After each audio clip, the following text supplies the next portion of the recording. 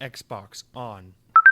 Welcome to Xbox On, a podcast with one host about one console, Xbox. I am said host Jesse DeRosa, and on today's episode, we'll be talking about the latest Xbox news for the week of November 6, 2025, including more Halo remakes could be on the way, Silent Hill 2 could be coming to Xbox, I played Keeper and can confirm it is indeed a Keeper, all that and more.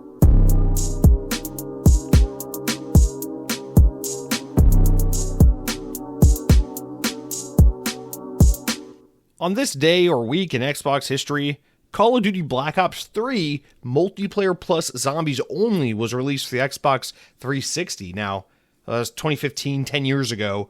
This is one, I forgot it happened. This is such a weird one. So this was, I'm trying to remember. So in 2013, when the Xbox One came out, that was the year Call of Duty Ghosts was released. And that was a cross-gen game where they had Ghosts on Xbox 360 and Xbox One. Then the next year in 2014 is when Sledgehammer released Advanced Warfare, and that was the first Call of Duty that was like next gen only. So it was only Xbox One and PS4 at the time. And then immediately the next year they backtracked, and when Black Ops 3 came out in 2015 from Treyarch, they did Xbox One and PS3, and then I don't know if it was the same day or if it was like a week or two later, but then they released Black Ops 3 for the Xbox 360 and probably also the PS3, but definitely the 360, and it was a zombies multiplayer only version of the game, did not include the campaign. And I don't know if that was like a disk space related thing or like just a scale back version because they wanted to entice, people still on Xbox 360 to play Black Ops, but also kind of encourage them to jump ship to Xbox One or PS3 or 4 at the time. I don't remember what that was about, but that was such a weird one because I remember my buddy bought it for his friends. I remember he was like, "Oh, I got Black Ops 3. You want to play?" And I was like, "Oh, I didn't get Black Ops 3." And then we were talking about it. He was like, "Oh, I got it on 360." I was like, "Why the fuck did you buy it on 360?" But yeah, just, I don't know. It's just such a weird memory I have from 10 years ago. But yeah, shout out to Call of Duty Black Ops 3 Multiplayer Plus Zombies Only for the Xbox 360. Now 10 years old. Wow. Don't you feel old? And then, of course, 3 years later in 2018, we would get Call of Duty Black Ops 4, which, joke's on you, that game didn't have a campaign on any platform. So there you go. Anyway, guys, welcome to Xbox On, the podcast about Xbox and being turned on while playing Xbox. So, you pull up a picture of I don't know, whatever gets you going, Jerry Seinfeld eating a bowl of cereal, and then you turn on your Xbox and you go, "Ooh, that speaks to me." And then you play fucking Grab by the Ghoulies via backwards compatibility or whatever you do. Anyway, it's a good week to be here because it's the Xbox On week. It's the week where we do Xbox On. And I'll be honest, it's a slower week, this week as far as the news, and there's no real notable game releases. Kind of the calm before the storm. Actually, I shouldn't say it. It's not the calm before the storm. This is the eye of the hurricane, really. We're like halfway through. Like, it's passed over us. We've gone through a whole lot of the wreckage, and now we're in the dead center of it. And it's just kind of calm.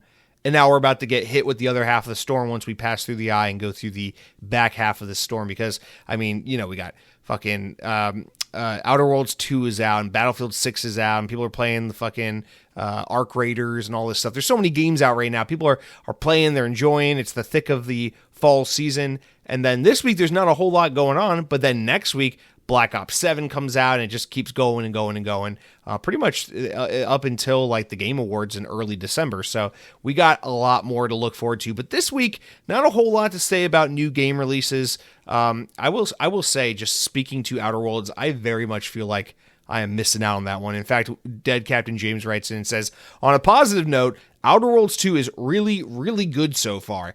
I believe it. I've been watching actually quite a few YouTube videos, just opinions and reviews and just takes on it. It seems like people are really high on this game. Not that it is like the second coming of Fallout 3 or anything like that, but rather just that it is a very big upgrade from Outer Worlds 1 and a really, really welcomed great upgrade nonetheless, or at that.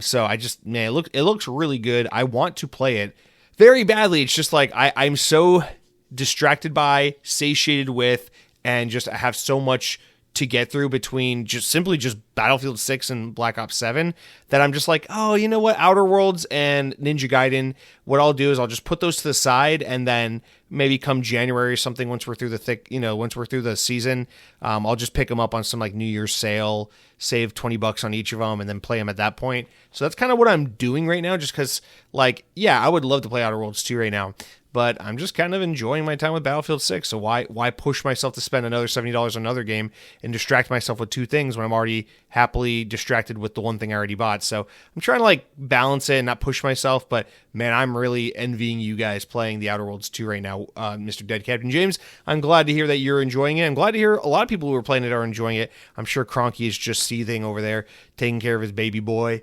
unable to play Outer Worlds because he's a weird little Obsidian Bethesda fanboy who loves these kinds of games or something like that. Whatever. I'm sure he'll comment in with some nonsense about me saying that. But anyway, guys, with that said, no notable game releases. Let's just hop into the news and get into this week. Again, nothing like crazy groundbreaking stories, but some interesting rumors and updates and things like that. So let's get into first kind of a follow-up story to last week's big news. We talked about the Halo campaign Evolved that was announced, and now you might be wondering, well, what about Halos 2 and 3? What's the future for them? Why always remake Halo 1? Shut up. We're getting there. So from PureXbox.com, it says, as shared by social media account Halo Leaks, which has a track record of being right sometimes in the past, they say, quote, Halo 2 and 3 are being remade. No multiplayer, only campaign. These two remakes will supposedly have sprint mechanics too. So the tweet literally reads, Halo 2 and 3 are being remade. Yes, they will have sprint, no multiplayer, only campaign, full remakes. Multiplayer is going to be Halo 7. And then after the tweet, the story continues. It's likely that Halo Studios doesn't want to split the online player base between the remake projects and the Halo 7 project. If true, this certainly makes sense, but there doesn't appear to be any extra content added to the rumor post for now, even if they... context rather. So even if the account seems quite certain of this plan for the future, it's definitely worth taking a huge pinch of salt on this one until at least Halo Studios confirms some other project. But this doesn't... I kind of believe this to the sense that, it makes sense that you got like this B team that's probably spinning up these side projects like remasters of Halo 1, 2, and 3, while the A team works on, whatever your Halo 7 is, which I assume is a game that not only neglects to explain what happens after Halo 5, but probably then also neglects to explain what happens after Halo Infinite. So that'll be fucking sick, still not getting any closure on anything that happens in Halo. But, here's the thing that really gets me two things. One thing about these remakes and one thing about Halo 7, quote unquote. It seems like what they're doing is they're going to do this Halo campaign Evolved, and if it is a roaring success, then they will do a Halo 2 remake and a Halo 3 remake. I mean, listen, again, the real reason behind doing these is not because Xbox fans deserve it or anything. It's because you're finally putting Halo on PlayStation. You're not going to just put out a collection one time, call it a day, and make your millions of dollars and never sell them again. You're going to milk this for all it's worth. So you're going to remake the campaign experience of Halo 1. You're going to sell it for full price, make a shit ton of money. Then a year later, come back and do it again with Halo 2, sell it full price, make a shit ton of money. Then a year later, come back with Halo 3, sell it full price, make a shit ton of money.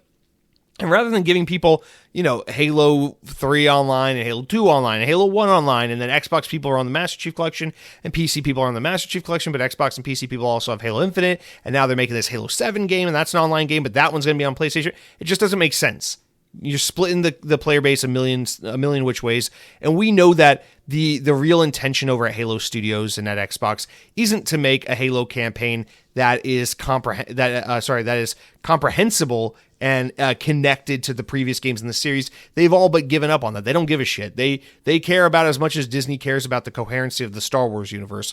So no, what we're going to do instead is we're just going to make a new Halo live service game. And that's kind of been the rumor, is that the next Halo that they're working on probably has story content, maybe, I don't know, but it's really like, if there is a campaign or single player content or story content, that is secondary to the main idea, which is that it's a live service multiplayer game. So our next Halo game could just be a multiplayer suite. Maybe it has Battle Royale, maybe it has live service content with monthly story beat updates. Who fucking knows? But I think that's the idea, is you remake assuming that this first one sells really well, you remake all the classic Halo games one by one, campaign only, and yeah, you throw them on Xbox to give a bone to the fans. But really, mostly this is about putting these games on PlayStation for the first time, and assuming those all do well, that's the track you continue there. But the A team at Halo Studios is making your future new Halo game, and that is some live service multiplayer game, and that's say you want to experience the old Halos you never experienced because you're a PlayStation player.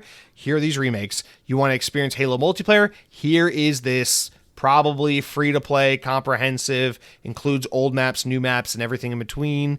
Halo live service game. It's got Battle Royale. It's got classic multiplayer. It's got all these different persistent online things to it. And that's probably what we're getting out of Halo. Just more and more left turns for the sake of left turns, right? So my guess is that is the plan. Obviously, nothing is in stone yet. Nothing's official right now. We're not getting concrete leaks, and we're not close enough to any of these things being announced that, things can't change maybe here or there. So I'm sure that these rumors have some truth to them, but I'm not sure that they are true, Like these could be ideas that have been thrown around or a possibility or contingency or something like that, but it's not a guaranteed, this is what they're working on. So listen, it'd be cool to get a Halo 2 and 3 remastered just because, fuck it, if you're going to do it with Halo 1 a million times, might as well give us the Halos everyone really loves and do a Halo 2 and 3 remaster, especially because Halo 3 has never had any kind of remaster before, and that is the best Halo. So it's cool, but again, I'm not really clamoring, as an Xbox player, I'm not really clamoring for new ways to make those games accessible. I'm happy with the Master Chief Collection. However, Again, this isn't about me. This isn't about Xbox people. This is about PlayStation people. And so I get what they're doing here, and it makes sense from that perspective. And I'll just continue to wait for my Halo 7 live service multiplayer slop while I try to forget about everything I was promised and then not made good on with Halos 5 and Infinite. So there we go. There's your update on Halo. Again, I know I can't talk about this franchise without it being negative, but I just speak honestly about, what I think and feel about it. So there's that. Want. All right, let's talk about something positive. I really appreciate this next story because from VGC, I guess it's from an interview on CNBC, but Take-Two CEO Strauss Zelnick was talking about AI and video game development, and I really appreciate his insight and his perspective on the topic. So let's talk about how he talks about it being a limitation for or creativity. And so anyway, he's in this interview with CNBC. VGC transcribes it, but he's talking to the Technology Executive Council Summit on Tuesday, and the exec was asked about the impact AI has on game development, and if there were any signs it could help improve the speed of production. And this is a great question to ask a guy like Strauss Zelnick when you have a game like GTA 6 that's been in development since, your grandchildren were in the war, or whatever the fuck means that it's been in development for a long time. Zelnick, whose company is also responsible for Borderlands, NBA 2K, BioShock, said that while he's not a naysayer on AI, he does believe AI's impact on production remains limited.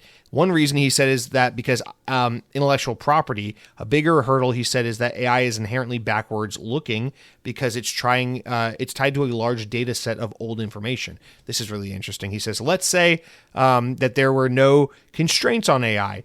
Could we push a button tomorrow and create an equivalent of the Grand Theft Auto and then marketing and the marketing plan?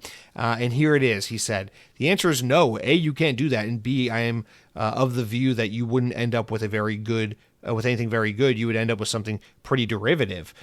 So whether people in Silicon Valley like to hear this or not, AI is a big data set with lots of compute attached to large language models. So what are the data sets by definition? They're backwards looking. He added, anything that involves backwards looking data compute and LLMs, or limited language models, AI is really good for.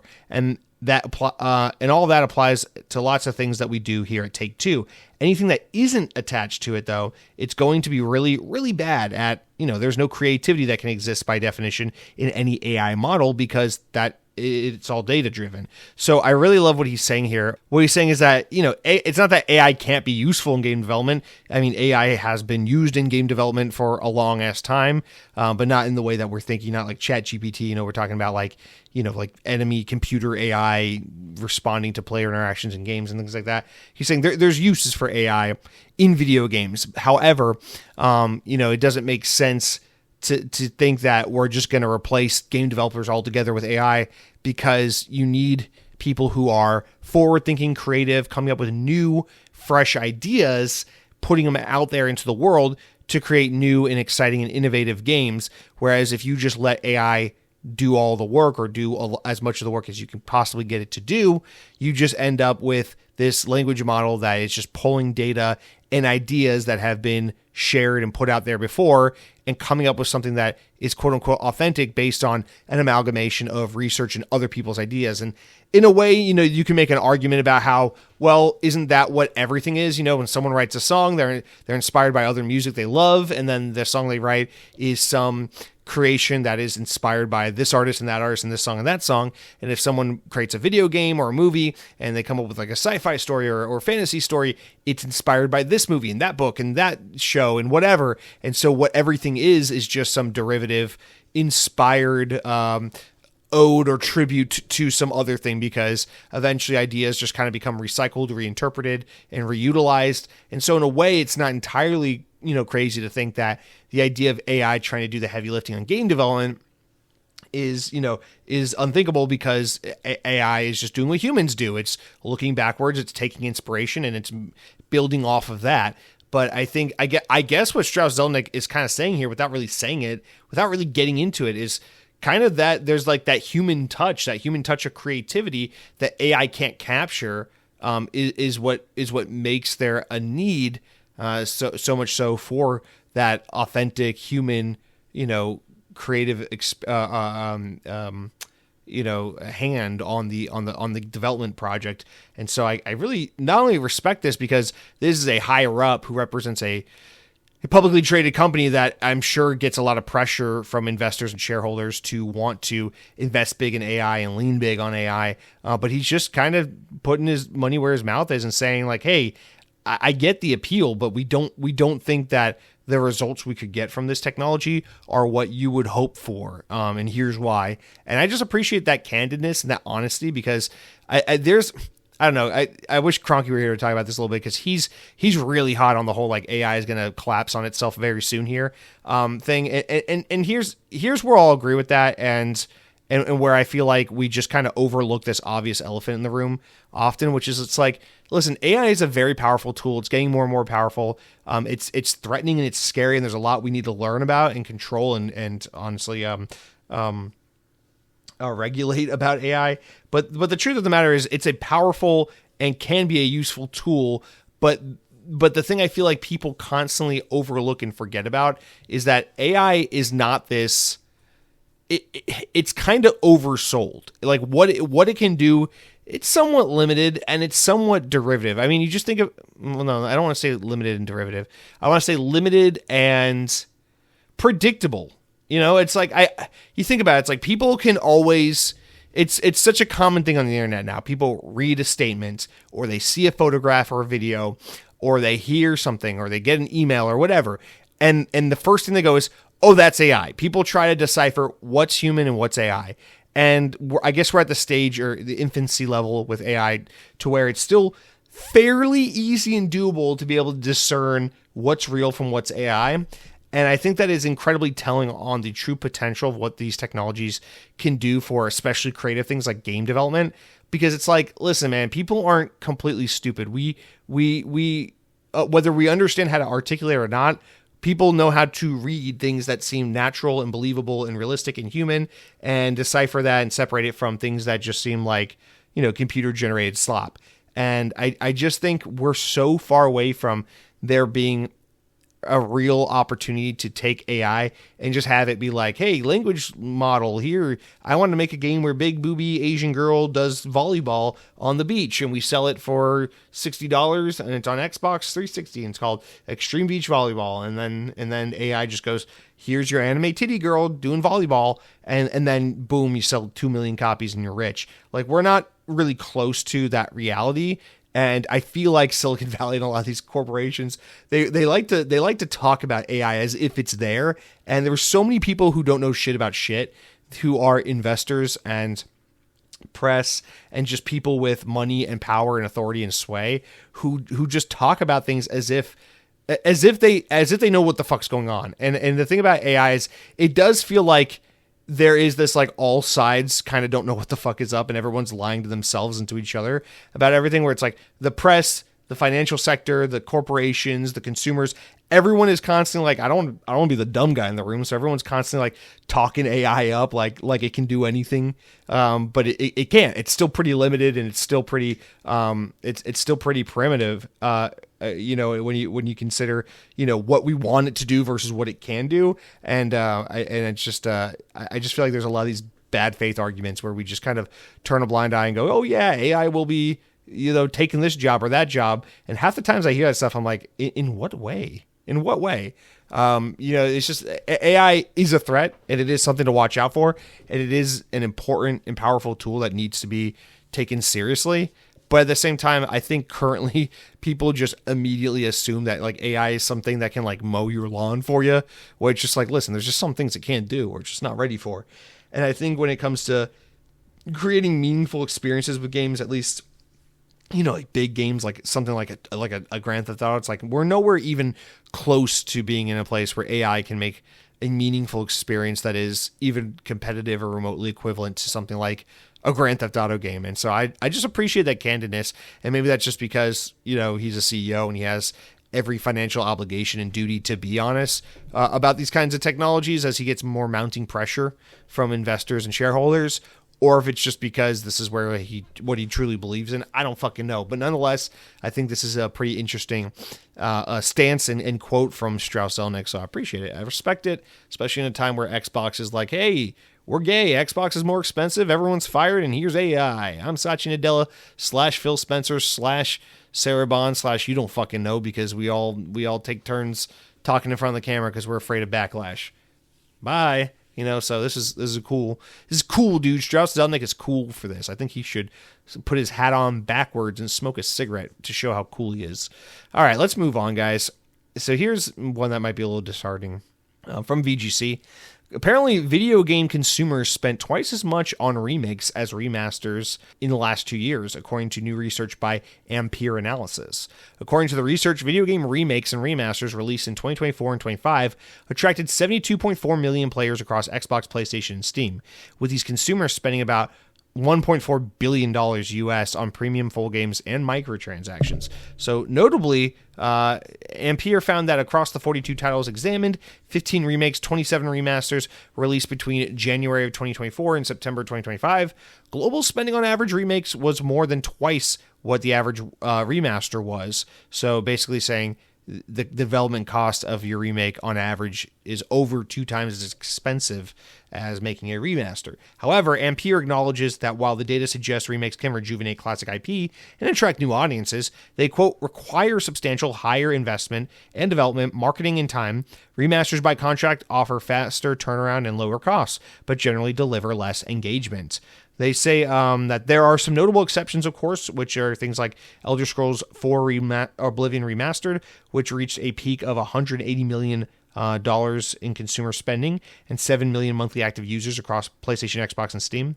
Katie Holt, senior analyst at Ampere Analysis, said, quote, as games and IP development costs escalate, publishers are increasingly rating their back catalogs for cost-effective remakes and remasters. Publishers deciding between full remakes versus remasters have to balance franchise planning, investing risk, age of content, platform support, and more when choosing which route to take.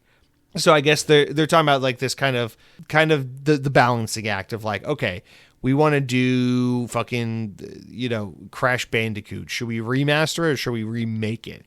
Do we reimagine it? And the thing I always think about is like, you think about something like Final Fantasy VII Remake, where that is not a remaster. That is a full-ass reimagining of what Final Fantasy ever could have been. But then you think about something like, I don't know, like this Tomb Raider remasters that came out recently, where it's like, that's just a remaster. You ported them to modern consoles, you tweaked the controls, you updated the visuals, and you called it a day. You said, hey, here's Tomb Raider on modern consoles.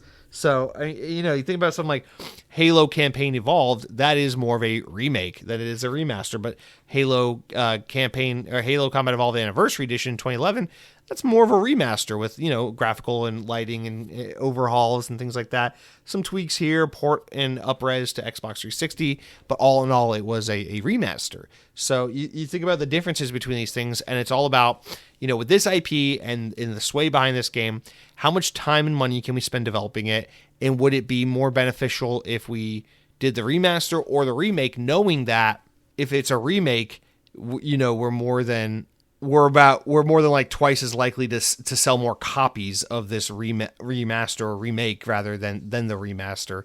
And so I it's a balancing act, but you look at things like Halo, and rather than just remastering something like the Master Chief Collection, they clearly think there's a lot more value in remaking these games a la carte and putting them on PlayStation. Obviously, that's a different case because with Halo, you can kind of do whatever the fuck you want with it while putting it on PlayStation to ensure a maximum amount of profit.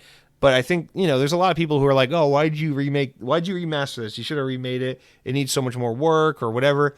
And a lot of this, I think, just goes into I think remasters are often used as a way to gauge interest in a series and or as like a stopgap to try to get some revenue flow in between big projects. Whereas a remaster is more of like a way to really, pay homage to a personal game and try to make it, bring it into the modern era by reimagining it and trying to bring in new audiences and bring forward some piece of history. So not to say that one's a cash grab and one's an artistic expression, but I feel like that is kind of how they're often used. And then there's this gamble associated with it where it's like, man, if we do the remake, we can make a lot more money, but it's going to cost way more to develop and it's going to take way more time to make. And so there's like this double-edged sword of like, which one do you do and when do you do and why do you do it? And it kind of makes a lot of sense why, especially like you look at some of those like Japanese developers and stuff, how they lean more remaster than remake more often than not. And then you look at like remakes and stuff, and it's like usually smaller games or cheaper games or games that were on hardware like PlayStation 1 where it just hasn't aged well, or like American companies just remaking things from the ground up because, we can just sell the same thing again and again and again and make money that way. So it's just an interesting observation and some research data, giving some insight into why we live in a world where we still get so many remakes remakes instead of remasters. Or the other way around. Sorry, I keep flipping these remasters instead of remakes. It's because sometimes you gotta play it safe, or you're just trying to gauge interest. You think about something like Destroy All Humans. It's like you don't need to make a ground up remake of Destroy All Humans. You do a remaster, and you see, hey, are people hungry for Destroy All Humans? Could we make a new entry in the series? And that's kind of what you use the remaster for. Whereas the remake, it's like a way of ushering in a new era of something that is a permanent part of the zeitgeist of gaming. So interesting. Speaking of remakes and remasters, an Xbox Series S and X version of Silent Hill 2 remake is seemingly on its way. That's according to a new listing on the Entertainment Software Ratings Board (ESRB) website, which appears to have just been added. The ESRB site already has listed for the game, which was posted last year before it was released on PlayStation 5 and PC. The new listing appears separate from this. However, it lists Xbox Series consoles as the sole platform, suggesting that the game has been rated again in preparation of an Xbox port. So if you're sad that we didn't get Silent Hill 2 remake last year, you're down and out about it, you said, hey, Bloober team, hey, Konami, we wish we got Silent Hill 2 over here on the Xbox platform. It looks like it's getting rated for, so it's almost certainly, when something leaks on a ratings board like this, that means it's almost certainly happening. So I would not be surprised if we learned about this kind of soon. What I am a little surprised about is they didn't try and get it out before Halloween, but when is that ever the case? It seems like nobody gives a shit about Halloween. I mean, my whole neighborhood is already fucking decked out on Christmas, and it's like November 1st. Calm down, guys. So anyway, so be it. But it'd be awesome if this game came to Xbox, because I just love seeing games come to all platforms. So we don't have this homogeny of just like PlayStation Master Race, although I guess Xbox is trying their hardest to make that a thing every day now, aren't they? Anyway, let's move on. So we got one more here before we got a little wrap-up story, and this one's going to be the longest one. I don't know how much we'll get into this. I kind of pasted it all because I felt like it was all good material to read, but I don't really know how much we'll have to say about it, but let's find out.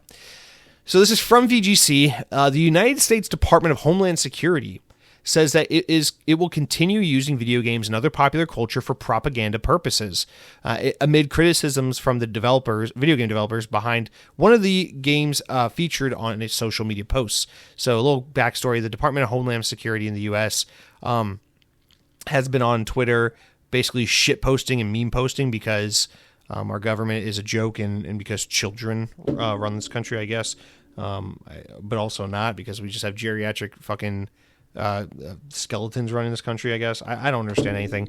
But there's been some very cringy Twitter posts from the Department of Homeland Security recently using lots of video games and pop culture things to try and memeify the fascistic rounding up and deportation of innocent humans in the U.S. That's been going on in the past few months. So anyway, earlier this week, the White House posted, the White House Twitter account posted an AI-generated image on Twitter featuring President Donald Trump dressed as the Master Chief from Halo, saluting a U.S. flag with missing stars because AI, and holding a Covenant energy sword in his hand. This was followed by another post from the official Department of Homeland Security account on Twitter, which showed a screenshot from Halo along with a message saying, "Destroy the Flood, join ICE."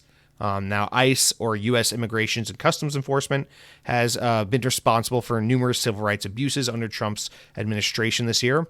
As such, an ad using Halo to encourage people to join ICE, which is basically a fucking Gestapo fascist military group within the U.S., police sanctioned military group in the U.S. That's been going around and ranging up random innocent people and fucking putting them in internment camps and deporting people. For them to be using Halo imagery to then liken the fucking Hispanic day laborer at Home Depot as the Flood from Halo is just, fucking sick. So they're using these references to liken one to the other. And for those who need the context, the Flood are this bioorganic enemy from the Halo universe that are basically going to eat and consume the entire universe and destroy all living life form, which is why the Forerunner create the Halo rings in the first place, is that they are meant to be these like hub worlds that attract the Flood and then detonate to destroy them and take them away from other inhabited planets controlled by the UNSC, or not by the UNSC, but lived on by humanity and other races. So it's fucking sick that they're basically saying, hey, the Mexican father who's working his ass off doing 3 jobs to try and make a living for his family. He's like that zombie parasite from outer space in the Halo universe. But thank God Donald Trump is here to save the day. Anyway, join ICE and be a fucking terrorist. Anyway, so yeah, this is the references have been all over Twitter with these stupid AI memes, and a couple of former and current Halo developers and notable figures have spoken out in regards to some of these posts. So, former Halo composer Marty O'Donnell, who someone we all adore the fucking music of the creative output of this man, as he's created some of the most beautiful compositions in the history of video games. Unfortunately, had some less than promising things to say about it. So Marty O'Donnell, who is running as a Republican for Nevada's 3rd congressional seat next year, and I think he ran last year and lost, he praised the ad, saying that he would work with the Trump administration to destroy the Flood once and for all, quote unquote, which is disheartening. Other former Halo developers have spoken out against the use of their work for right-wing messaging. Speaking to GameFile, Halo co-creator and Master Chief lead designer Marcus Leto, most recently, who is with EA, said that he found the Department of Homeland Security's ICE recruitment post, quote, absolutely abhorrent, saying that it really makes me sick seeing Halo co-opted like this. Meanwhile, Jamie, I always say his name wrong. Jamie, is it Greisermer? One of the chief designers on numerous early Halo games, said that he found the post showing Trump as Master Chief amusing, stating that he stated that he took it as a compliment because, like anything with cultural capital, it's going to be used by politicians and brands and anyone else looking for relevancy. So basically, not saying one way or the other whether he supports it, but just saying for the White House or for the Department of Homeland Security to try and portray Donald Trump as like some Master Chief-like figure just is their way of reinforcing or saying, hey, Halo is a cool, popular, relevant thing, and, your president is kind of like this awesome, badass Master Chief. And so that's what he's saying there. However, he does go on to continue saying that he doesn't approve of ICE posts saying that using Halo imagery to call to destroy people because of their immigration status goes way too far and ought to offend every Halo fan regardless of political orientation. He says, I personally find it despicable. The Flood are evil space zombie parasites that are not an allegory for any group of people. So, great quote there. Now, journalist Alyssa Mercante has received a statement from the Department of Homeland Security saying that it has no plans to stop using video games to spread their messaging, saying, quote, we will reach people where they are with content that they can relate to and understand, whether that be Halo, Pokemon, Lord of the Rings, or other mediums. The statement reads, the Department of Homeland Security remains laser focused on bringing awareness to the flood of crime that criminals, illegal aliens have inflicted on our country. We weren't slowing down. Or they're saying we are not slowing down. Microsoft has not yet commented on either the White House or the Department of Homeland Security's imagery online. Microsoft, of course, is a prominent donor to the Trump administration and has numerous government contracts, especially with the U.S. military, because all big tech companies are absolutely corrupt and out of fucking control and need to be taken back down many pegs, but our piece of shit corrupt government would never actually do that. So last month, for example, the Pokemon company officially stated that it did not give permission for them to use Pokemon Anime's theme song in another Department of Homeland Security post on Twitter, showing alleged illegal immigrants being apprehended by ICE with the caption, "Gotta catch 'em all." All right, that's all the write-up. I mean, again, I don't know how far we're going to go into this because it's not super video game related, but they directly utilize Halo, which is like the most Xbox thing. So I feel like, Slow News Week, Halo imagery co-opted by, a totalitarian fucking fascist government on the rise. Let's talk about it for a second. This is disgusting. And I've seen people try to like rationalize this as like, oh, this is like when Joe Biden was running for president in 2020 and he was like, oh, we're playing Animal Crossing on Twitch, or like when Alexandria Ocasio-Cortez like Twitch streams and stuff. And like, this is actually absolutely nothing like that, because the thing is, again, if this is 2008 and we're talking about Barack Obama versus John McCain and it's like, I think taxes should go up, and it's like, oh, I think taxes should go down. It's like, okay, there's a difference of opinions. We can have, we can be like this side versus that side, how do you feel about this subject? But we're not, it's not really like that right now. And it's not to say that all Republicans are evil. It's to say the Trump administration and the MAGA movement is objectively a cult and is objectively fascistic and is objectively authoritarian. And the things that are happening with ICE, it's like, this isn't like, I personally disagree with what you're doing. I think we should do this with immigrants. It's like, no, this is evil. We're like rounding up innocent people. We're deporting American citizens in a lot of cases. We're getting the wrong people. I mean, you talk about, going back to my home state, fucking the crashing of that. What was it? Was it Kia or Hyundai or whatever, or some Korean company, and they had like all these Korean workers from overseas who were here like on visas helping build this plant in Georgia, and then ICE busted in, like fucking apprehended all these innocent people who were brought in by American companies to help work on this factory in Georgia. It's like, what the fuck are we doing? We're just like, these people hide their faces, they wear these masks, they're fucking idiots, imbeciles, they're an embarrassment, they make our country look like absolute shit, they validate the worst things that people can assume about us as Americans. I mean, they make us look absolutely horrible. They show a complete lack of tolerance and humanity and respect for your fellow man. And yeah, I can totally listen, like, it's like this side versus that side thing. Again, it's like, I'm not trying to make a judgment on everyday people. I can respect if you're a person who lives in a part of the country, like parts of Texas and in the Southwest, and you're like, hey man, the illegal immigration problem is a real issue we face, not because certain skin colors don't deserve to be here, but because we don't have the public funding and the road infrastructure and the school support to be able to accommodate all these people that come into the country undocumented, but then lean on our resources in order to sustain themselves and build a life. It's like, that's a good point, and we should have serious conversations about these people and how we can accommodate them, and if we should accommodate them, and how we would handle it, and yada, yada, yada, because these are serious, pressing, real issues that deserve to be taken very seriously and explored very deeply and philosophically. But instead, because our country is full of a bunch of fucking brain-rotted adults who have no concept of what's actually going on around them, we just take everything and we boil it down to simplicity, and then it devolves into savagery, and we're just like, oh yeah, Mexicans, let's throw them back over the border. Fuck them. I don't give a shit if mom and dad are in America and little Timmy's over there across the border suffering on his own, even though he was born in California and doesn't know how the fuck to survive on his own in fucking drug cartel war-torn Mexico. It's like, we don't give a shit, because we just have this weird, like, my country, my land, fuck you, I'm right, you're wrong, I'm the good guy, you're the bad guy. It's just bigotry, it's racist, and it's like, and I know those are like trigger words and terms that have been in a lot of people's perspectives co-opted and coerced. So let me just break it down to something a little less evocative, and just say it's just inhumane. It's just fucked. I mean, it doesn't matter what you think about legality versus illegal status in this country. It doesn't matter what you think about borders in this country versus that country. It's like, you do not treat another fucking human being that way.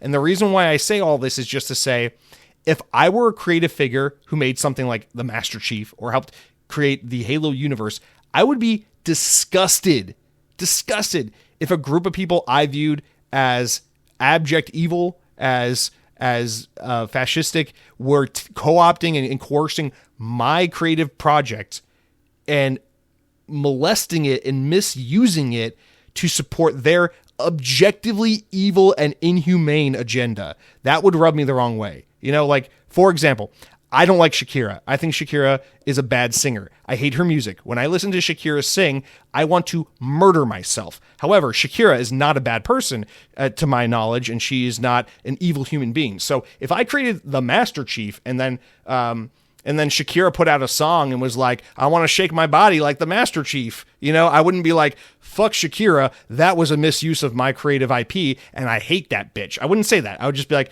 I don't really like Shakira. It's cool that she likes the Master Chief. That's pretty cool, you know? But it's like when the Department of Homeland Security is putting fucking masks on because they don't want to show their fucking face because they're a bunch of bigoted, racist fuckboys who need to get thrown in jail and beat the fuck to hell for the crimes they are committing, and they're wrangling up innocent people and deporting. I mean, we are past the point of deporting illegal, violent criminals. We're at the point where we have deported so many people in this country in the past 6 months plus that we are just deporting random fucking people. Like, it's abhorrent and it's disgusting. And I could totally see why you wouldn't want your creative project associated with this movement. You think about, this isn't the same thing, but I am / former whatever big Disney fan, right? Everyone knows, Jesse loves Disney World, Disney. You know, one of the things people who don't know a whole lot about Disney or don't give a shit a whole lot about Disney love to throw in your face when they find out you're a Disney person. Wasn't Walt Disney a Nazi? Isn't there like a Disney movie where like Donald Duck is like a Nazi or something? People love to throw that one in your face all the time when you tell people you're a Disney person, right? And the reality of that was, a little backstory that no one asked for. During the war, Donald Trump, Walt Disney lost like a lot of his staff because they were drafted. And, back then Walt Disney Studios was largely comprised of male animators. The women that worked there were mostly ink and painters and in-betweeners and things like that, and secretaries and shit, because sexism and gender roles in the early to mid 1900s. But the reason why there is that propagandistic cartoon where like Donald Duck is in there and he's like Hitler and they're making the whole point about the war and playing your part and stuff is because Walt Disney took a lot of contract work from the U.S. government to make propaganda supporting the U.S. troops and villainizing the German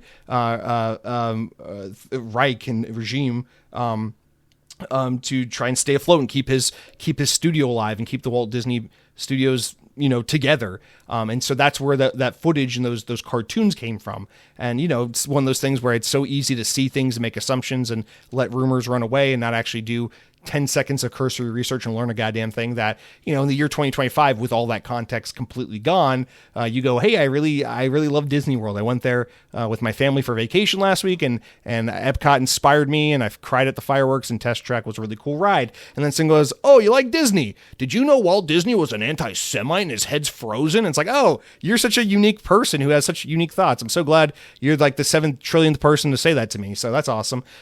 It's kind of, I'm getting a little ahead of myself, or away from myself, I should say. But it's just kind of like that. It's like, I don't know.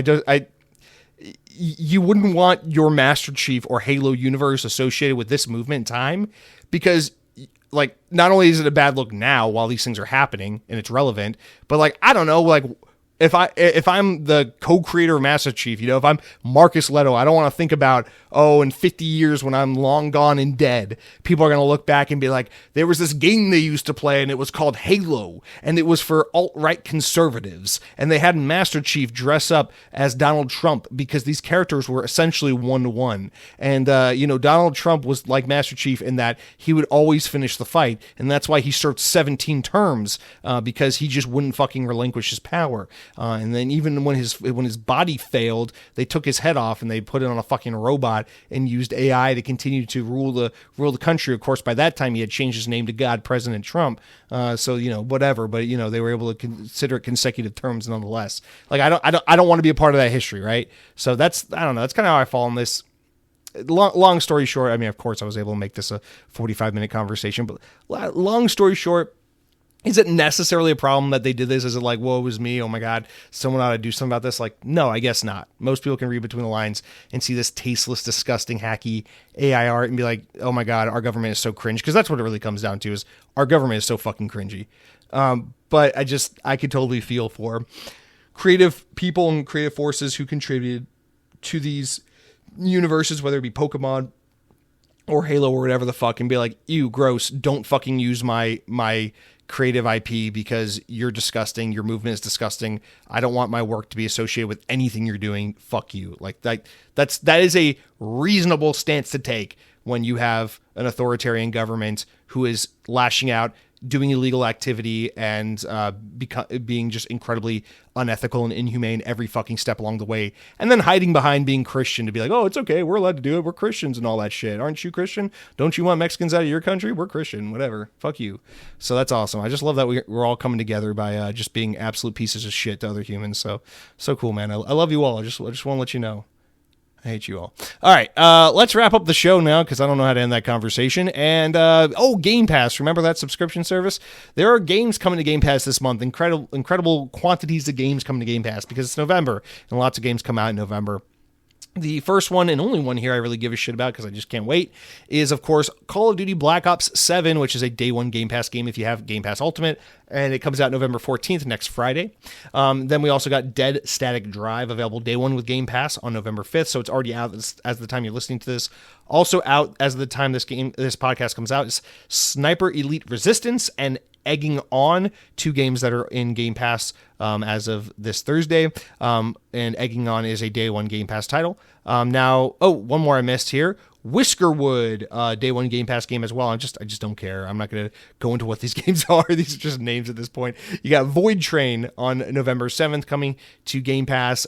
Great God Grove on November 11th. Also on November 11th, you got Lara Croft in the Temple of Osiris, which I think is coming back to Game Pass. Hasn't that been on Game Pass before? And then Pigeon Simulator, which is a day one Game Pass game on November 11th. And then lastly, on November 12th, you get the following games: Relic Hunter's Legend and Winter Burrow, which is a day one Game Pass game. Now, Winter Burrow, that is, oh my God, I forgot about this game completely, if this is what I'm thinking of. Let me pull it up here. Where did we first see this game? Because, hasn't it been a minute since we've seen this game? Action-adventure simulator game. I want to say, wasn't this announced in like 2022 or something? And then it went silent for a long time? I could be wrong. Maybe this was announced last year, but I completely forgot everything about this game's existence. And now here it is, just kind of being shat out in complete silence. It'll be out next Wednesday the 12th, day one Game Pass game. So lots of day one Game Pass titles. No doubt, I mean, Xbox is doing what they said they would do, which is up the amount of day one titles coming to Game Pass if you're an Ultimate subscriber. So you're definitely getting more content there. I mean, again, I'll stand by what I said when all this drama broke. I still think the value of Game Pass is absolutely there. For $30 a month, HD streaming, day one games, added games, more benefits. I mean, you get fucking V-Bucks every month and all that shit. Like, you're getting a lot of value here. It's just like, do you really want to put the stress on yourself to have to keep up with all this shit constantly because you're paying for it? That's kind of where they lost me. But nonetheless, tons of great value here for Game Pass subscribers. I am still just a mere essential subscriber. So I'd pre-ordered Black Ops 7 last night, actually. So I put my money where my mouth is, $70 down. I got the game it's not preloaded yet because it doesn't come, preload doesn't start till like next Tuesday. But I'm excited for Black Ops 7. And I'm also excited because it's the first Call of Duty that is Xbox Play Anywhere. So I actually purchased it and downloaded it on my PC, which is, I never play Call of Duty on PC. I will probably mostly play it on my Xbox, but I was at my computer when I thought to pre-order it. So I just did it on my computer because it's Xbox Play Anywhere. I'm like, it's fucking sick. I think I've been playing a lot of Battlefield at my computer, so I'll probably fuck around with this game on the PC a little bit because it's Xbox Play Anywhere. So that's pretty cool. Anyway, guys, that's going to do it for all the news this week. And now let's just kind of wrap it up with, what I should tell you about what it is I've been playing, honestly. But before I tell you about what it is I've been playing, let me first tell you about what I've been eating. And I just want to give a shout out to Respawn by Razer. I don't know what the fuck these are. A couple of weeks ago, when I was traveling in St. Louis, I stopped by a Target because I just wanted to pick up some water for the hotel. And then I was at the checkout counter and I was like, let me grab some mints or something or some gum, whatever, and just something to have on me. And I saw these mints and they said Respawn and it said recharge. I was like, oh, this is probably like the mints version of what's it fucking called, Prime or something like that. It's probably like some YouTuber partnered up with some company and made some special breath mints that are supposed to give you fucking Riz or some shit. I don't know. So I just picked them up and I bought them because the flavor was like raspberry vanilla. And I was like, oh, that sounds good. And then once I purchased them, I was walking out the store and I was looking at the mints, unpackaging it, and I was like, by Razer. And the first thing that came to my mind was Motorola Razr. I was like, cool, Motorola Razr is making breath mints. That's normal. And I was like, wait a minute, that's Razer. Like, that's stylized like Razer, like the gaming accessory company. This is so stupid. So it is Razer, the people that make computer keyboards and mice and things like that. And they have teamed up with, I think it's Wrigley, the company that makes gum. And they've made this new brand of mints called Respawn. And they have different flavors. The one I'm actually going through right now is called watermelon guava flavor. And it's pretty solid. But they have like, it's like everything's got some gimmick. So this one, it's like sugar-free, caffeine-free, but this is where it's cool. It's got vitamin B12 and I don't know if I'm saying this right, L-theanine, which is like a calming mineral herb vitamin thing. That's so the idea is it's like, oh, when you're gaming, you pop in one of these mints and it'll help chill you out so you can stay in the groove and of your gaming and all that. I was like, oh my god, I would be the guy who went to Target, picked up some breath mints, and accidentally just chose the elite hardcore gamer Twitch drop breath mints instead of just like fucking Tic Tacs or something like a normal human. So so I've been going through these Respawn by Razer mints, and I'm not gonna lie, I really like them. I went through the blackberry vanilla pack real fast. Those ones are awesome. I could eat those like candy. But the watermelon guava ones, they're nice. I'll just pop one in every once in a while, before I leave the house or when I'm playing Battlefield, just to put something in my mouth and fixate on. But I'm digging them. So I want to give a shout out to Respawn Gamer Mints. Listen, Razer, if you're listening to the podcast, and I know you aren't, think about sponsoring this podcast. It's an Xbox podcast, a dying platform that nobody gives a shit about. I have an audience of like 200 people on a good week. I got fucking, political rants that no one asked for that ostracize half the audience because for some reason it's controversial to say that humans deserve rights. Whatever. Fucking give me money, sponsor me, and send me tons of these mints for free. Thank you very much. So that's it for what I've been eating, sucking on. Cleansing myself with. I don't fucking know. Let's move on to what I've been playing because, the first things first, I've been playing lots of Battlefield 6. I don't have anything else to say. I'm playing Battlefield 6. This weekend, I'm playing Battlefield 6. And then next weekend, I'm going hog on Black Ops 7. So for now, it's just Black Ops 6 or Battlefield 6. Although I will say this. I deleted the Battle Royale mode because after I played with Cronky that one night, I went back one more time to play Battle Royale. And I was like, you know what this is? This is just fucking Fortnite and PUBG, and more importantly, Call of Duty Warzone. It's the same shit. I don't need this. I don't need another Battle Royale. I don't like Battle Royale. I get fucking tilted every time I play these games. I don't want this experience. Get this off my screen. And so I uninstalled the Battle Royale. I freed up 60 gigabytes of storage on my hard drive, and I moved right back to multiplayer, which is what I'm actually here for. So Battlefield 6, no disrespect to RedSec or anything like that. If you're enjoying your Battle Royale, good for you.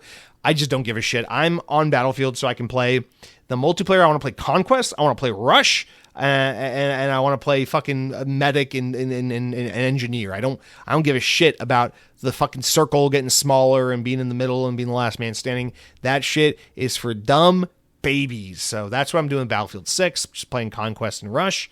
But I wanted to give this one out. So last week I mentioned, I was like, oh, there's all these Xbox games coming out. I wish I could play one. I said, you know what? Keeper, the new game by Double Fine. I'm like, it's $30. It's like 4 hours long. Fuck it. Let's just do it. Like, let me just slip something in to kind of go with Battlefield. So play Battlefield, play a little bit of Keeper. You know, it's the kind of game you can knock it out in a day or two, right? So I downloaded Keepers, $30, and I actually played the entire game. I beat it. I played the entire game on my Logitech G Cloud. I streamed it. I purchased it on PC because it's Xbox Play Anywhere. And then I streamed it from my G Cloud. So I played this entire Xbox game, and I didn't at any time use an Xbox controller or use an Xbox console. I purchased it and downloaded it on a PC, and then I streamed it on my Logitech G Cloud. And I gotta say, this game, fucking awesome. Great game for Logitech G Cloud. I mostly played it while sitting on the couch with my girlfriend watching Love is Blind, or while laying in bed, on like a lazy Saturday morning just playing. And this game is fucking great. The game I have played that I can most compare it to, if you're like, what is this game? What is it like? I just saw it. It's the game where like it's a lighthouse, but the lighthouse has legs and it moves, and there's like a bird that rests on the lighthouse and follows you around like a companion. What is this game? The game I can most compare it to, with my limited experience as someone who mostly plays Call of Duty, is it reminds me of Limbo or Inside. It reminds me of one of those games for sure, where it's like it just kind of starts out. There's no dialogue, there's no story, there's no long time ago this happened. It's just like, it's just all in-game stuff happens. Like, you're this lighthouse, it shows these birds fly away, this one bird stays behind, and then it settles and there's this shattered lighthouse, and then the lighthouse starts to form and it picks up sticks and turns into like anthropomorphized lighthouse creature, and then it has like this little beam of glass light, the sun metal radial thing that it uses as like its eyesight / ability thing to glean onto things and shine light and stuff. And then you just walk around in this 3D world where you are a lighthouse with a bird resting on your shoulder or on your lighthouse, and you walk around and you do light puzzle solving, and you just follow straight, and you follow this very linear game that just takes you through this ever evolving adventure and journey that is silent and beautiful. And I don't know if they're trying to say something. I don't know if there's some meaning behind this game. If there is, I'm too stupid to have picked up on it, but it is a beautiful game. It's so weird. And I will say, the trailers do an excellent job of obfuscating what this game is, because there is an Act 2 and an Act 3 where you are not a lighthouse, where you turn into other objects and you have other mechanics. Like, towards the end of the game, the end of this game is fucking awesome. It's basically like playing Beyblade Marble Adventures. It's fucking sick. And it's a really fun game. There's very light puzzles that are super easy and intuitive, but fun to do. And then there's light platforming. There's a jumping section. There's a platforming section. And it's mostly just, walk around, connect this dot, pick that item up, backtrack here, install that thing, move on from this area to that area to that area, all while this kind of like silent adventure between this lighthouse and this bird unfolds. And it is a beautiful game, and I'm doing the absolute worst job of explaining what this game is and convincing you to give it a play. But if you have Game Pass Ultimate and you have access to this game, I absolutely highly recommend you give it a try. If you're just looking to experience something that is artsy fartsy, indie style, really chill, but like really just a beautiful representation of what gaming can be. There's a lot, I don't know, there's going to be a lot of Kotaku type outlets out there who play this game and try to tell you how it's an allegory for fucking global warming or whatever the hell they want to say about it. I don't know what it's about. I don't know if it's about the increasing natural disasters as hurricanes become more frequent and intense. I don't know what the hell it's about, but there's like this creature and there's like this evil force and you defeat it, and then the little bird comes along with the big bird and they fly away at the end, and it's kind of somber for God knows what reason, and for some reason you feel emotional about this silent protagonist that is a lighthouse that can turn into a boat, and it is weird, but it is beautiful and fun, and I really love this game, and I was entirely captivated. How long to beat says it's about a 4-hour game. I think it took me about 5.5 because I'm just slow at games.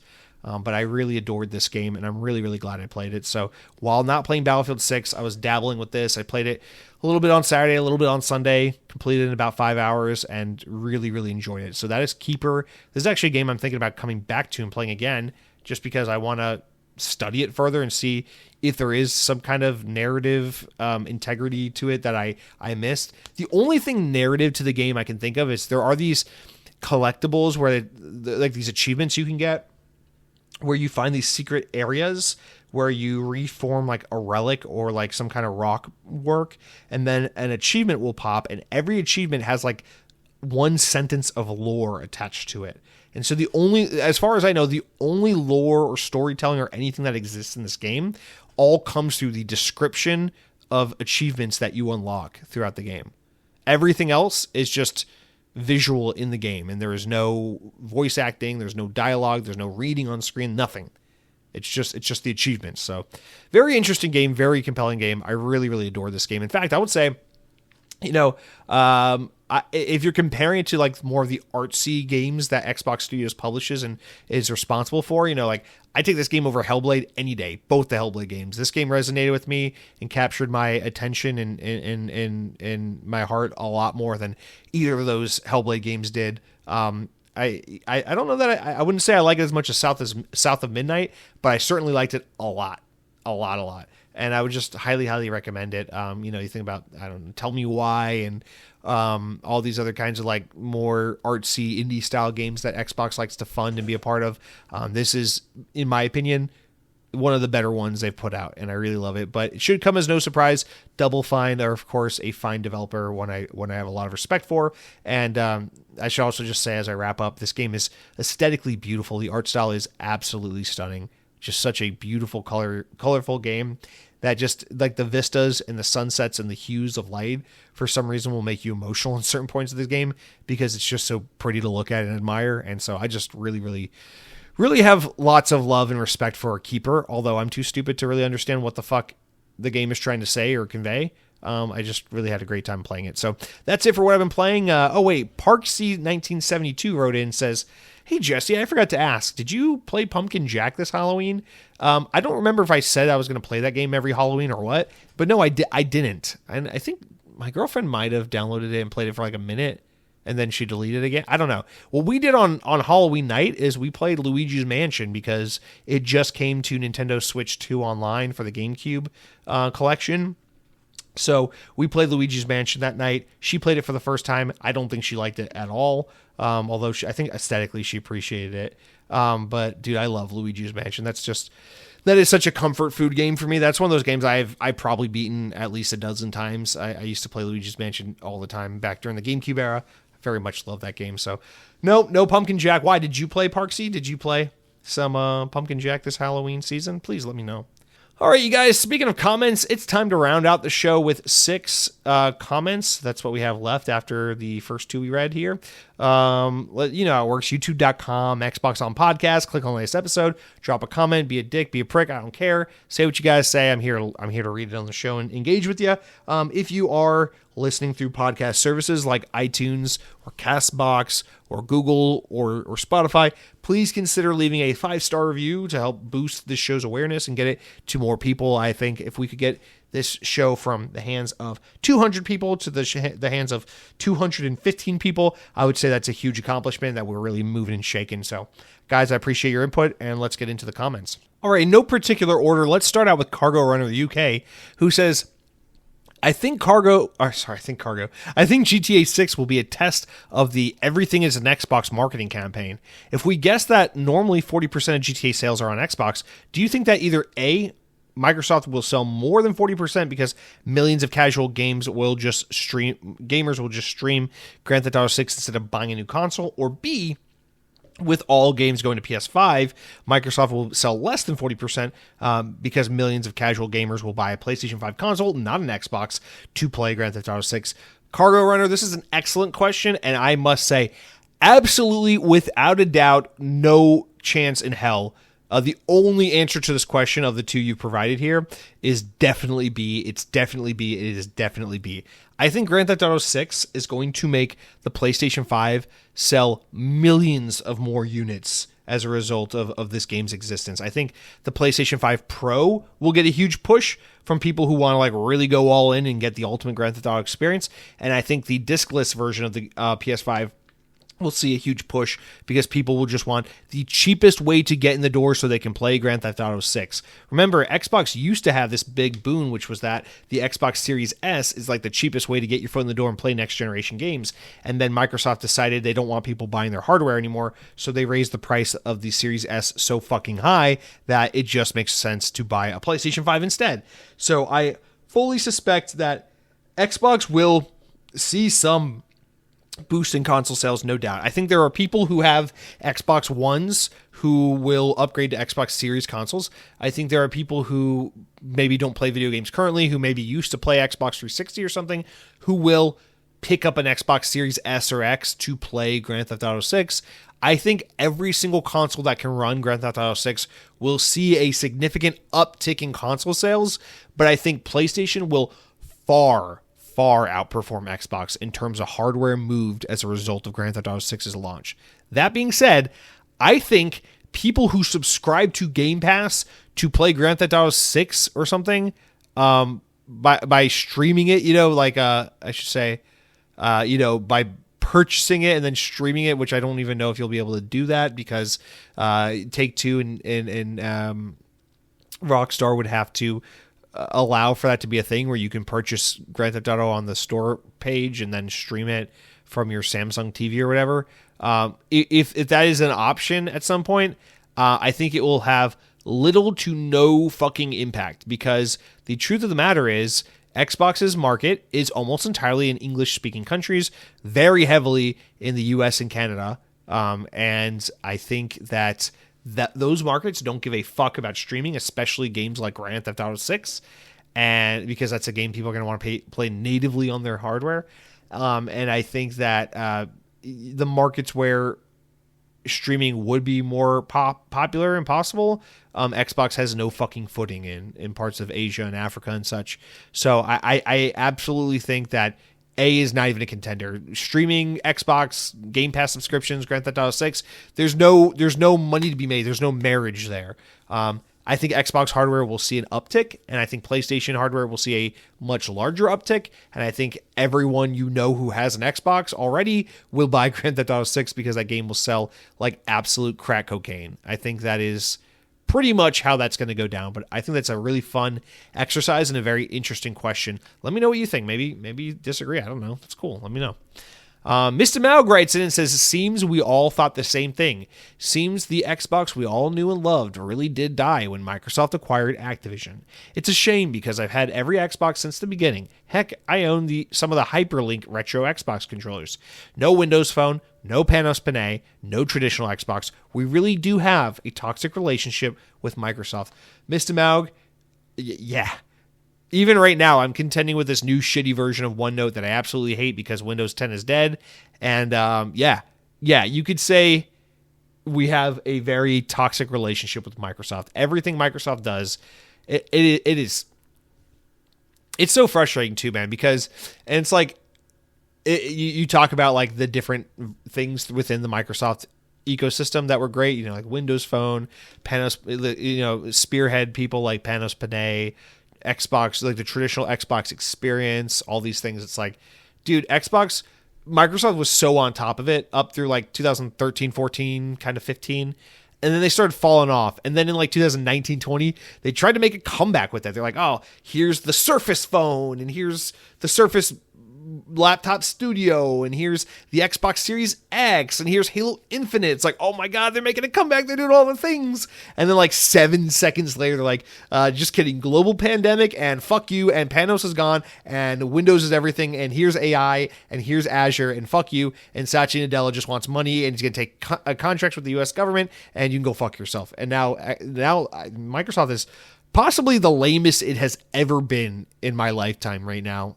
So that's fucking sick. I have the least amount of enthusiasm I've ever had for Microsoft right now. So yeah, shout out to Satya Nadella. He has officially killed all the fun that has ever existed in this company. But yeah, man, unfortunately, it is dying. The Microsoft that we loved, the Xbox that we loved, it is dying, and it is a bad relationship we have with this evil corporation.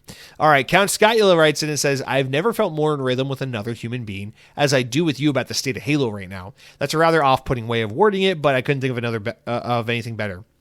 This was not made for us, and the fact, referring to Halo Campaign Evolved, this was not made for us, and the fact that we're waiting 5+ years between games and getting a campaign-only remake that has already been remade will never be a win.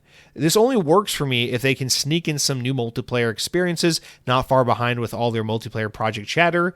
All I know is that being an Xbox Halo fan these days is a very abusive relationship. Well, there's the reoccurring theme, right? The abusive relationship. As Halo fans, we're getting shafted. As Xbox fans, we're getting shafted. As Windows Phone fans, don't even fucking say it. Panos Panay, where'd you go, my sweet prince? And then, honestly, Phil Spencer and his team are basically gone. They're just mouthpieces for what Microsoft wants them to do with gaming at this point. Like, I don't feel like Phil and his team have any fucking control over the Xbox brand, so you might as well say they're gone too.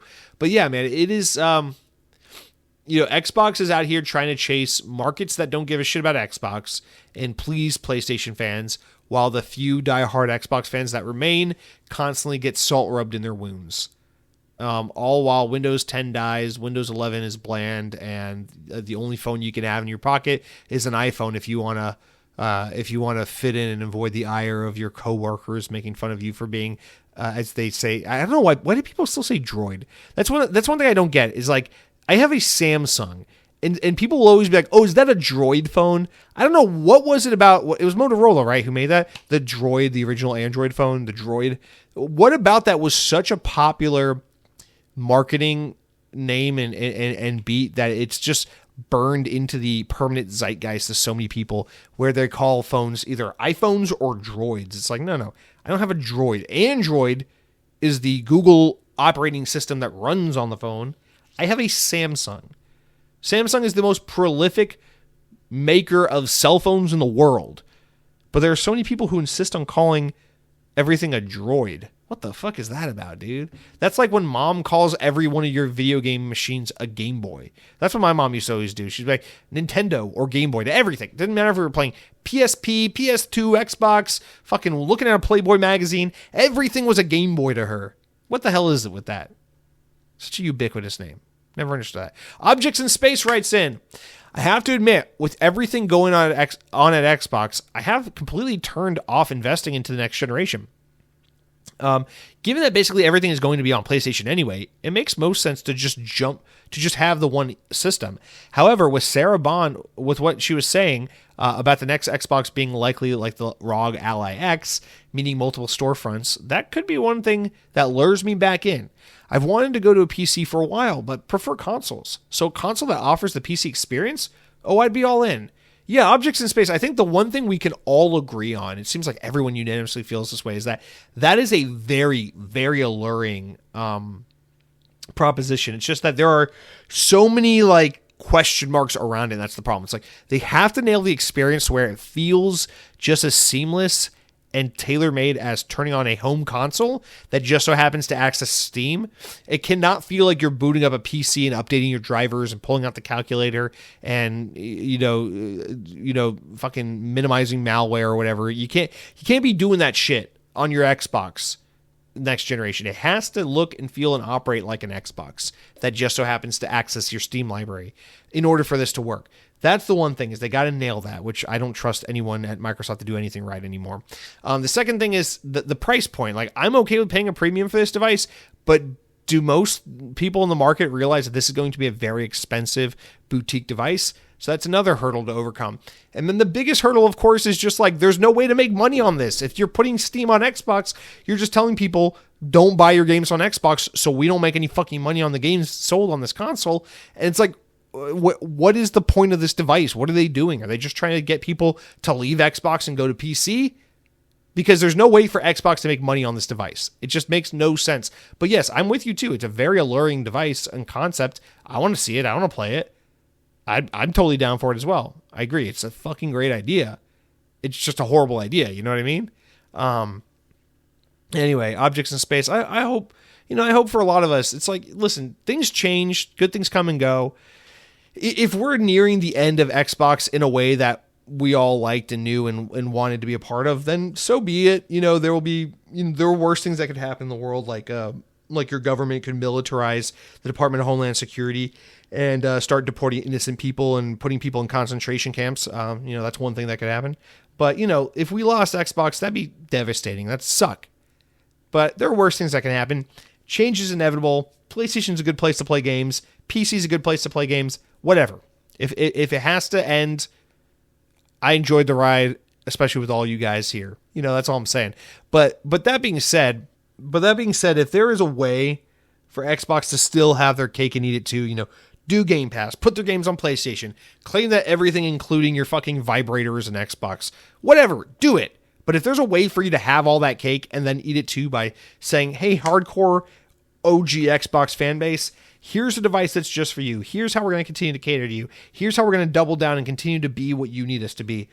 Fuck yeah, man. I don't care. Do all the things you're doing in the background. Just let me have my Xbox. Let me have my Xbox where I can play my Halo and play my Call of Duty with that awesome controller on that awesome UI and that awesome hardware. Just let me keep having that. And then just go fuck off and do whatever stupid shit you're going to go do. Go fire some more people and replace them with AI. I don't care. Whatever. I don't know, man. It's disheartening times, but we'll see. It's just such a big period of transition and change that, like, we're still just waiting to see how the cards land or whatever. We'll keep waiting, I guess. All right. So last two comments here. Our penultimate comment comes from FM Radio 94, who says, I think there's way too much cynicism about this game, referring to Campaign Evolved. They could have been way more lazy and just did a port of Master Chief Collection on PS5 and given us a remaster of Halo 3, which I would have been totally hyped for. My only gripe is that Combat Evolved Remake is that the running animations look horrible. But I'm glad that they gave us a ground-up remake with 3 new missions with Sergeant Johnson, and we are getting the needle rifle again. This actually looks like it's been handled with care and constant consideration. The large Halo community is focusing on a lot about nitpicks about the game, like how it looks shinier and how the Forerunner medal doesn't look like that, instead of sharing actual valid criticisms that Halo Studios could actually consider. To me, this remake actually looks pretty good, like it's filler content to play before they announce the next multiplayer game that they've been working on. I appreciate your optimism and positivity a lot, FM Radio. Thank you very much. I mean, it's easy to be optimistic when you're FM radio, not AM radio, so, easy for you to say. But, no, I mean, I do appreciate this. I don't think it's invalid criticism to bitch about the animations and the look and the shine and everything, because Halo has a very iconic and distinct look and feel, and if you fuck with that, you're fucking with something iconic. It's like, it's like when I watch a Star Wars movie, I expect to hear John Williams, and I want to see those weird... that weird title card crawl they do at the beginning of the movie, and I want to see those weird transitions they do in scenes that only Star Wars movies do. I want to see the visual aesthetic of Star Wars, because that's what I came here to see. So, when I play Halo, I want to look and feel like Halo, and I think that is valid criticism in my opinion. But that being said, yeah, there is a lot to be excited about. It is a remake, not a remaster. It's not lazy. They didn't take the laziest way out. They're doing some interesting stuff. We're getting new content. And I think that's fucking sick. And that's why, I said, and I think a lot of people feel like, yeah, I'll still play this. I'll still buy this. I'm still interested in it. It's just that alongside it, I'm just realizing the opportunity cost. Listen, it's like if I'm having a rough day at work, and then I'm driving home from work, and I call my girlfriend and I said, work was fucking horrible today. I'm just having a really rough day. The traffic's bad. It's going to take me almost 2 hours to get home. I just got to get home. And she goes, hey, I'm making your favorite. I'm making chicken Alfredo or some shit. And you're just like, hey, thank you. I'm really looking forward to that. I think that's really going to turn this horrible day around. When I get home, forget about the rough day at work, forget about the traffic. When I bite into that chicken Alfredo, I'm going to go, damn, that really took my mind off of what a rough day I'm having. But if you get home and then your girlfriend's like, I got lazy and I didn't make the chicken Alfredo, so I just Uber Eats some McDonald's. Here's a double quarter pounder of cheese. I'm going to go, yo, the double quarter pounder of cheese is a great sandwich. I love that sandwich. But damn, I was really looking forward to that homemade chicken Alfredo, because that's what I really need right about now, you know? And that's how I feel about this Halo Combat Evolved anniversary. It's like, or campaign evolved or whatever the fuck. It's like, I'm not saying I won't play this and that I'm not up for it and that I don't appreciate it. It looks good and I'm interested in it and I'm there day one. Don't get me wrong. But, you know, McDonald's is great. Who doesn't like McDonald's? But sometimes you really need that home cooked meal, right? And so I guess what I'm just trying to say is, after 5 years of disappointment, post Halo Infinite, or I guess it's been 4 years, and after fucking 10 years of disappointment since Halo 5's come out, I guess I'm just kind of looking forward to coming home to that steak dinner, or, you know, that labor of love that was the Alfredo chicken pasta, whatever the fuck, right? But when I get home and I see the McDonald's bag and there's a quarter pounder in there, I'm not saying I won't eat it. I'm just saying, oh, 10 years, and you got McDonald's. That's cool. You know, I'll eat it. Thank you. I appreciate you. You know, that's all I'm trying to say. But FM Radio, I do appreciate your optimism. I don't think we should be blindly optimistic and just try to ignore bad things that are happening. I don't think that's what you're suggesting here. But I do think we should try to look for the good as well. Balanced perspectives and showing some appreciation and gratitude is also good as well. Not that, you know, Halo Studios deserves anyone's respect and appreciation and gratitude. I mean, they're a company that makes a product, and if the audience resonates with the product, they'll spend their money and purchase it. Whatever. It's just, you know, I love Halo and I want to see it be the best it can be. I don't want to just see it be good. I don't want to just get more of it for the sake of more. I want to get the best. I want Halo to be an S tier, top tier, nothing can touch it franchise like it used to be. But under Halo Studios and Microsoft and Xbox, it's just kind of been a really great game. Just, you know, not the biggest game. It's just a great game. And I just think we deserve more than that. All right, our last comment of the week comes from none other than sexy ass motherfucker Sam Frito, who says, "Happy Halloween, Jesse. Sometimes I marvel at what one human can do. Thanks. I needed to hear that last week. I needed last week's rant. It's insane how good things are. A superhero movie, Fantastic Four movie, a Tron movie, and yet we still are diverted to pay a horrible amount of attention to a fool who does nothing good in his second try. Thanks for acknowledging what passes for government. We can't just enjoy a new Ninja Gaiden. We have to see our elected officials brazenly screw over millions of citizens to protect a schmuck who never should have taken a job he couldn't do. Thanks for speaking up, staying here and being my voice, our voice, and saying milkshakes rock. We need you. Xbox On needs you. I commend you." And what the fuck? Count Skyla checks in. Next Lethal Migraine is going to resurface next to me at a No Kings rally. Best of times and worst of times. Hey, I mean, if Lethal Migraine's going to rear his head again, a No Kings rally, it's a possibility that is where you'd run into the guy. So I don't know, man. But yeah, it's always good to see some old familiar names like Count Skyla. And with that, I do, of course, want to, you know, thank all of you guys. Dead Captain James, Parksy, Cargo Runner, Mr. Maug, Count Scottula, Objects in Space, FM Radio, and of course you, Sam Frito. Thank you all so much. I recognize all you guys, of course. Appreciate every single one of you, whether you've been here from the start or this is your first time. I guess you're all repeat commenters, but I appreciate you all. Y'all mean a lot to me, and this show, you know, honestly, if I'm not gonna get mushy and sentimental here, I'll really quick.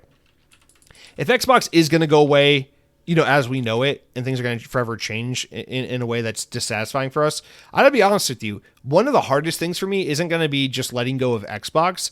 It's going to be that I made my bed, you know, with this podcast being all about Xbox, and that's how I came across all you guys. That's how we open this dialogue where you guys write in and I read your comments and we chat and we have that connection. There's some of you guys that reach out to me on platforms like Facebook and Instagram and stuff, and sometimes we chat, and I appreciate that, man. I appreciate when someone reaches out and just says, hey, this made me think of you, or they send me a meme, or they ask me a question, whatever.